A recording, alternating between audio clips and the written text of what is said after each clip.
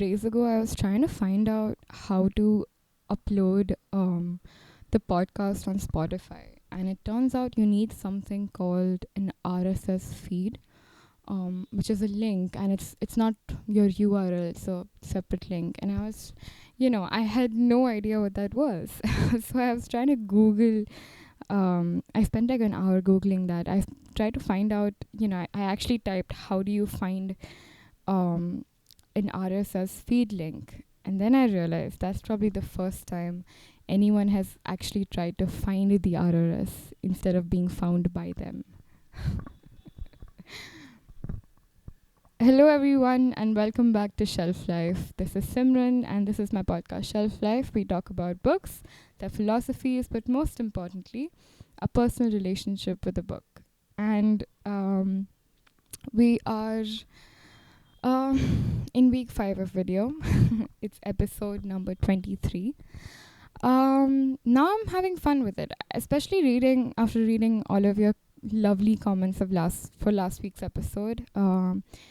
I had actually put up a photo. I had actually put up an Instagram story with my beautiful face on it, and I asked you guys, what was your recovery journey like, and how do you take care of your mind? And I got some really cool responses, which I was not expecting, but I got them, and I'm like I read through it, and I loved everything that you guys had written. I mean, some of you wrote gratitude journals, which obviously is a huge thing for me as well. I try to gratitude journal a lot. I don't do it every day like I used to, but I try to do it a lot. And yeah, that was something that really helped me, and I found out that it helped a lot of you. So that was pretty cool. What else? A lot of you said just, drinking coffee and watching a show that you really like, and that's pretty damn cool too, honestly. That's the thing, it can be all really simple, and it need not be something really drastic, like changing up your entire wardrobe or your whole room or something like that. It doesn't need to be that, although it should ideally be that. You should get something out of your low phase, right? But anyway, that was pretty cool, and I'm really thankful and grateful for all the love and support that you guys show, and just the fact that we can talk about these things, and um, and just have this community feeling, and know that we are not alone. That just means so much to me. And the one comment that meant a lot to me was a very, very kind soul. His name is Abhinav. He actually called me a ball of positivity, which I think, Abhinav, that's very sweet of you. And I texted you back too, and that's very sweet of you. But my mother would tell you otherwise. But yeah, I really appreciate that. I would love to be called. I think the goal of my life was to be called a ball of positivity, and I finally achieved it. So thank you so much. Moving on to our next segment. Today's episode is, as you've guessed, about a book called Why Not Me by Mindy Kaling. And the reason why I took this book is because last week, or I think maybe the week before that, I found out that Mindy Kaling had another child, and she named him Spencer. And I don't know, I just got so excited about that. It really, I went around telling everybody that I knew who knew Mindy Kaling. I told everybody, and it made me so happy for some reason. And if for all of you who don't know who Mindy Kaling is, and I'm sure there's not a lot of you, but I'm sure there's some of you, Mindy Kaling is an Indian American comedy writer, actor, producer. If you guys are fans of The Office, she played Kelly Kapoor on The Office. She also co-wrote. She was one of the writers on that show, and that's how she started in the show business. And after The Office, she did a lot of other cool stuff as well. She had her own show called The Mindy Project, in which she was the protagonist. And she wrote a lot of books. She's done a lot of other TV shows as well. She was in Ocean's 8. If you guys are fans of the Ocean series, what else has she done? She had very recently she had a Netflix show called Never Have I Ever that created quite the buzz. And yeah, that's Mindy Kaling, and she is extremely funny. And I would go as far as to say that she is definitely one of my role models. I think when I think of, the kind of career trajectory that she's had, I really, I would love to emulate that. And just her entire, the position that she's in right now, the place she's reached, the amount of work she's put in, and the amount of good work that's come out of her, that's come because of her. It's really tremendous. I really appreciate that. And yeah, I have followed everything that she's done over the years. I have watched all of the shows that we. Oh my god! I just. I almost dropped the mic stand. Anyway, I have followed everything that she's put out. I've watched her films, I've watched her TV shows, I've watched her interviews like a creep. I've even read her book. And so, in honor of Mindy Kaling having a baby, I wanted to take the book that she wrote. It's kind of like a autobiography, and it's called Why Not Me? And I wanted to take it up today, but when I was thinking about, taking this book up and why I wanted to take it up, I actually got into another zone completely. I got into a very this philosophical thinker type situations where I started wondering, why exactly is it that I want to talk about this book? Because it's not fiction. It's not the story of, it doesn't have a beginning, middle, and end in that sense. It's not an inspirational story in the sense that it's got a hero and a heroine and a antagonist that they fight off or whatever. You know how it goes, right? It's not fictional. It's a real life story. It's an autobiography, and it's got more to do with her adventures in love and dating, and with her career and how she's managing everything in her life and where she's at. It's a very informal book, and I was like, is this shelf life appropriate? I actually started to question that, and then I started to think, why is it that I am so obsessed with celebrities? Why is it that we're all so obsessed with celebrities? I mean, what is it about someone famous doing something or having something done to them? Uh, why does that intrigue us so much?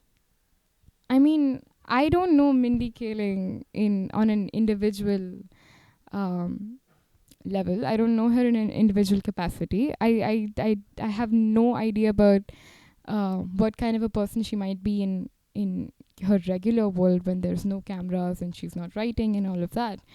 And yet I feel such a connect to her, and I want to read more about her. I want to watch her films. I want to watch her interviews. And that's what really got to me. Like, of course I admire her, I look up to her, but why exactly do I want to hear what she has to say? Why do I want to read a book with her name on it, with her face on it? And why am I so why did I get so thrilled about the fact that she had a baby? And it's not even her first child, it's her second child. I'm not I don't mean to throw shade at second children. I am a second child, but anyway, that's that's a different. We're going off topic here. But anyway, what I'm trying to say is, what I'm trying to just pose this question to you, because that's what I do. All the questions I have that I don't know the answers to, I just deflect them. And this whole podcast is essentially just that. It's me deflecting my responsibilities. I don't know. Anyway, what I'm trying to say is, why do we admire celebrities? Why are we obsessed with celebrities? I mean, if it was anybody else, having a baby, it wouldn't interest me that much, right? But it wouldn't interest you either. I mean, look at the number of people who have kids all year round. Come on, we know someone who has a child every year, and I I don't have anything against children because I love kids, I love babies, but yeah, I would not be this interested in any other circumstance. Um, and then then I started to think about let's look over the just the impact celebrities have in general, right?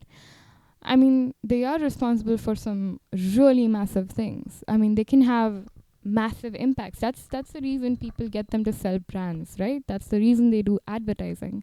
They do endorsements because people listen to them. People want to know what they have to say, what they want to endorse. People want to buy what they think their celebrities buy. That's why they do ads. That's why they do um, like private shows for politicians or whatnot, whatever that it is that they do. Um, and going off of that, right now, I want you to think of. Let's do it. I want you to think of one celebrity. It could be an actor. It could be a director. For the sake of the exercise, let's leave out writers for a bit because I would explain to you why. Um, just think of one actor or one director um, that you really, really admire, that you're almost obsessed with, that you regularly, whose work you regularly follow, whose movies you watch, whose interviews you watch. It could be anybody, dead or living, preferably living. So now that you have that in mind, I'm assuming you do by now, okay? Um, think of that person, think of that celebrity, and think of what impact they have on you. What is the one thing that you've bought, like a product that you've bought, that was advertised by them? Have you ever bought a product that was advertised by a celebrity that you liked? Simply because it was endorsed by that celebrity. And it could be anything, I mean, there are so many celebrities selling so many things. There's Akshay Kumar selling, I don't know, what is that? He sells cement. There's Shah Rukh Khan selling, anti-dandruff shampoos. There's Alia Bhatt selling chocolates, I think. I'm not sure, whatever. There's Katrina Kaif selling mango juice, right? Think of any of these things and just ask yourself this question. I know a lot of you right now would be like, no, I of course I didn't buy it just because it had Shah Rukh Khan on it. I didn't buy it just because it had XYZ on it. Sure, sure, you will say that. But consider this. Would you buy it if it didn't have the security that these actors promise you? And this is something like, would you buy that product if it didn't have their faces on it? Would you trust it as much as you do now? The answer is probably no. And this is something that you learn in capitalism, right? This is something that, not in capitalism, this is something that you learn about capitalism when you study it, that a huge feature of capitalism is consumerism and making people believe that they need products and goods that they possibly don't need, and making them want those things. Reference to Fight Club. Anyway, so that's what capitalism does. And what advertising does is that it goes further. It shows you people that you probably trust blindly or look up to, or you see as completely harmless, right? As completely faultless. You Advertising uses them, creates a certain image of them. In fact, advertising doesn't even need to create that image of them. It's already there. It puts them on products and tells you, I mean, it tells you, look at this. How could this go wrong with this man's face on it? How could this be faulty with this woman's amazing body on it or whatnot? That's how it works, right? That's what celebrities do. They make you trust things. They make you go a certain way. They influence you. They um, influence the way that you think, the way that you do things. And that's the role they've always had. I mean, it's not a bad thing in itself, of course not. Um, I feel like celebrities have managed to do some massive revolutionary change, have managed to bring in massive revolutionary change in society. I mean, take Amitabh Bachchan, for instance, right, with his whole polio ad. I mean, he was the face of the polio campaign. Um, take, someone like, I think it was Zeenat Aman. I'm not sure. I'm gonna get bashed for this. I know that. But a lot of these, there was, I think, one actress. I probably don't want to mess it up, so I'm not gonna say the name. But there was one actress in, I think, maybe the 60s or the 70s, maybe even later, who wore a bikini for the first time in a movie in India. And of course, she was trolled for it and bashed for it, but that meant a lot. And post that, a lot of other women started, flaunting their bikinis. And when you look at stuff like that, when you look at change that is brought in by celebrities, it is huge. This stuff matters. I mean, I don't need to tell you that. You see it happening all around you. This stuff matters. Celebrities matter. Mindy Kaling, for me, for example, even before I read her book, when I saw a dark skinned brown woman on screen in a pivotal role, as the protagonist of her own show that she was writing, directing, producing, starring in, that meant so much to me as, oh, I think I was 15, as a 15-year-old when I was watching it. And she was surrounded by all of these white people who had, crazy accents, did weird things. And of course, at times she also did weird things and had a questionable personality. But she was there.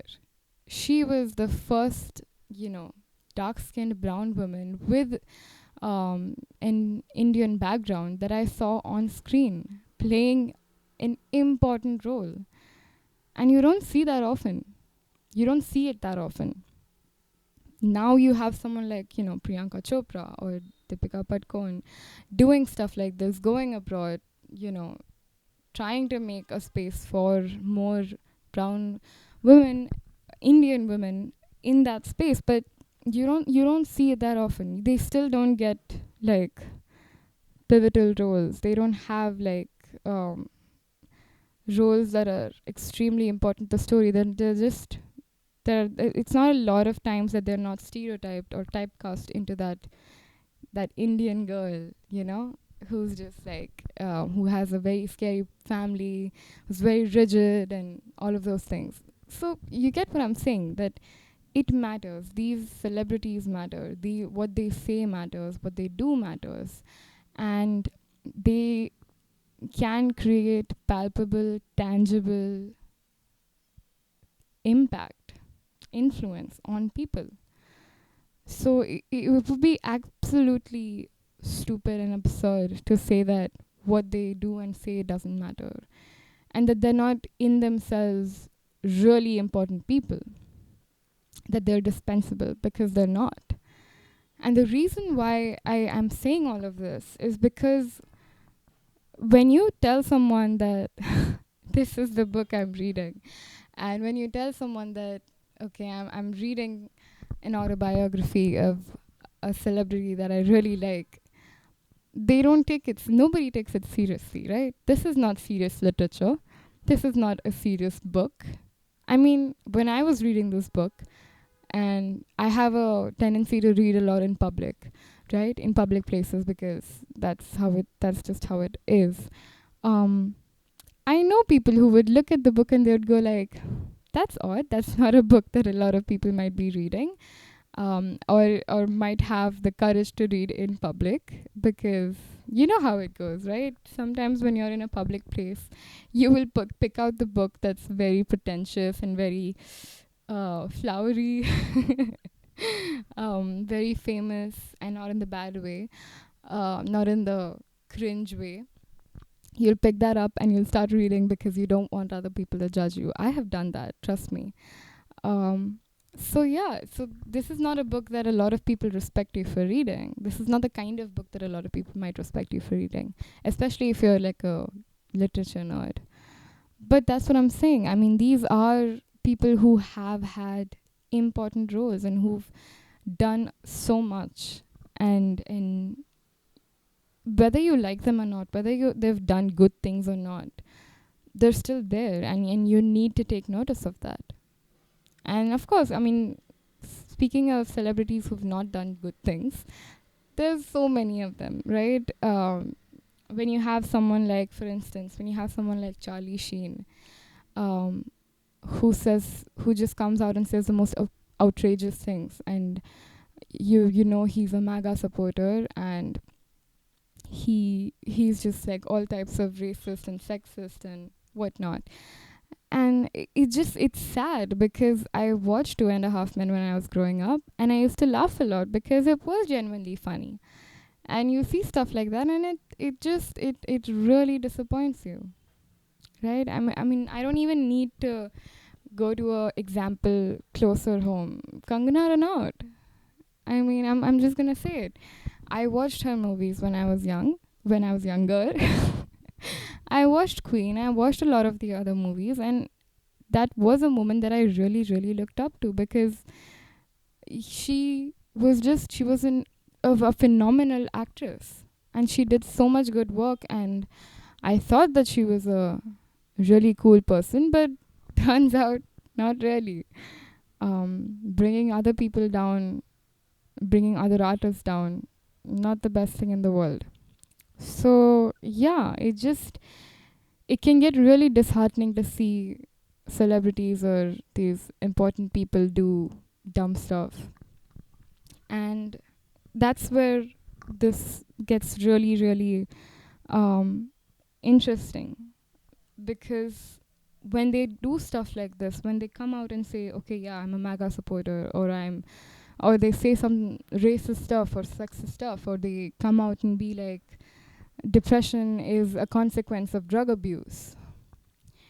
And when they say stuff like that, what it does is that it makes them, in a very weird way, human.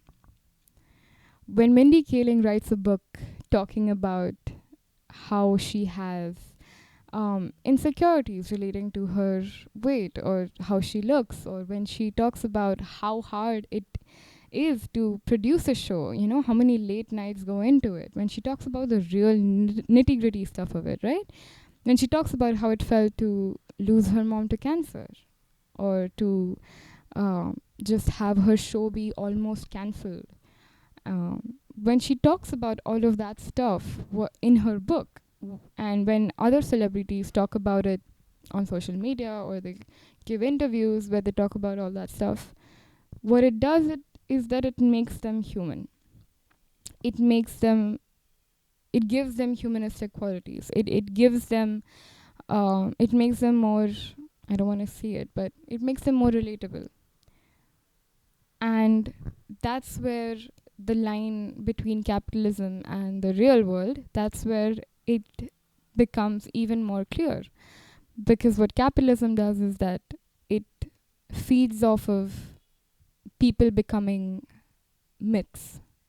It feeds off of people becoming brands. It feeds off of people becoming just, you know, the work that they do. It feeds off of these labels. It feeds off of people becoming one thing and one thing only. You're either a worker or you're a businessman. You're either, you know, a celebrity who sells stuff, who you're just an actor, or you're a director, or you're just a writer.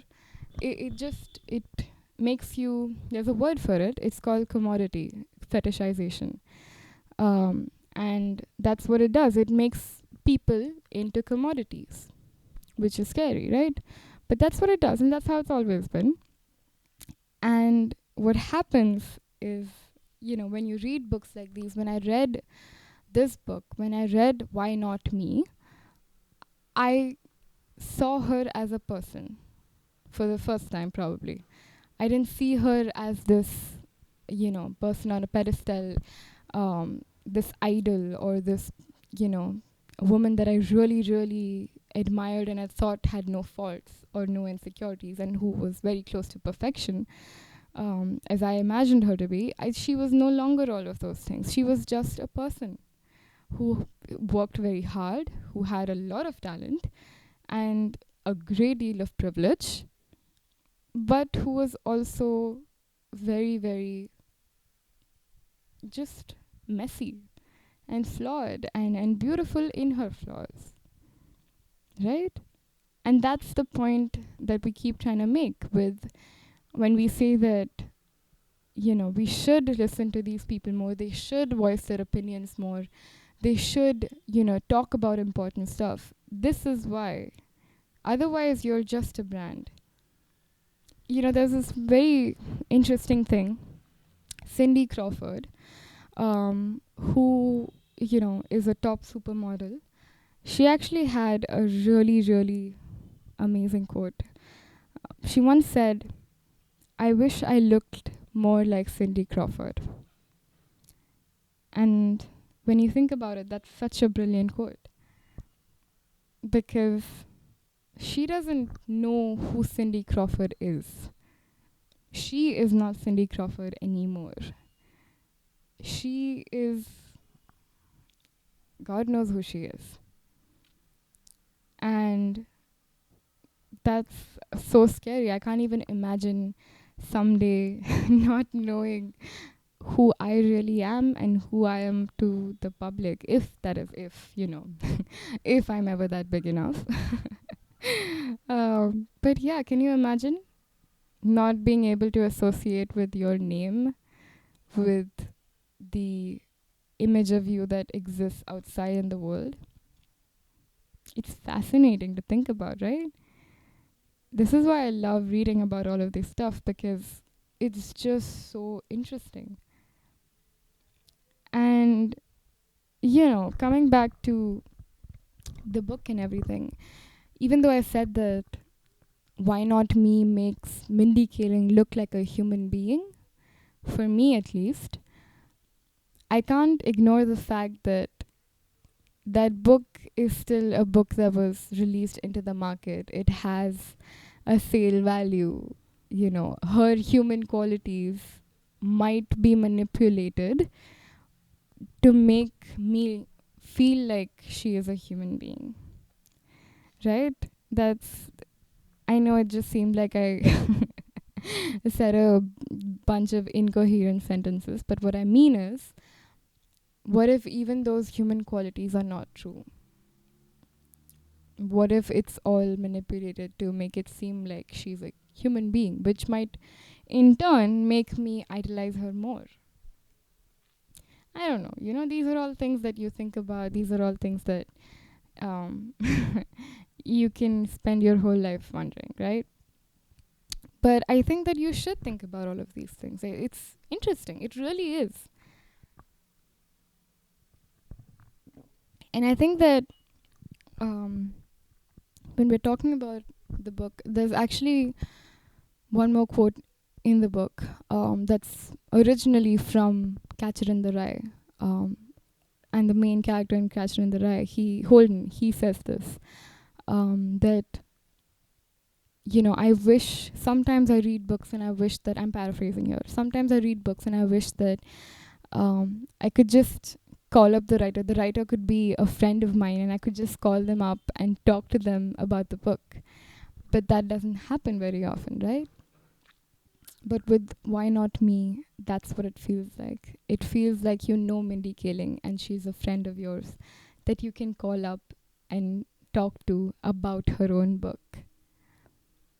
And I think since we here are connoisseurs of stories, we love stories in general. We love all sorts of stories, right?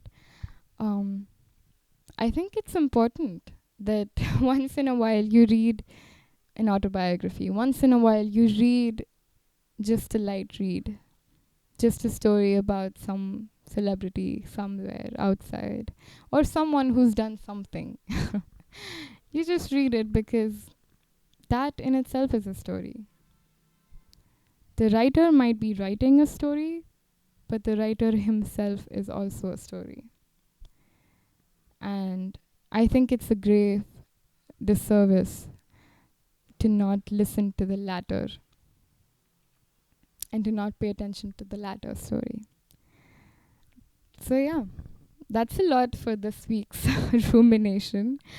I will link the. I will link the. Wow. I will put the link in the description for this book, and you can buy it off of Amazon if you really like this episode. You can text Mindy Kaling and tell her we did this episode. um, wow, that is insane. But anyway, if you really like this episode, check it out.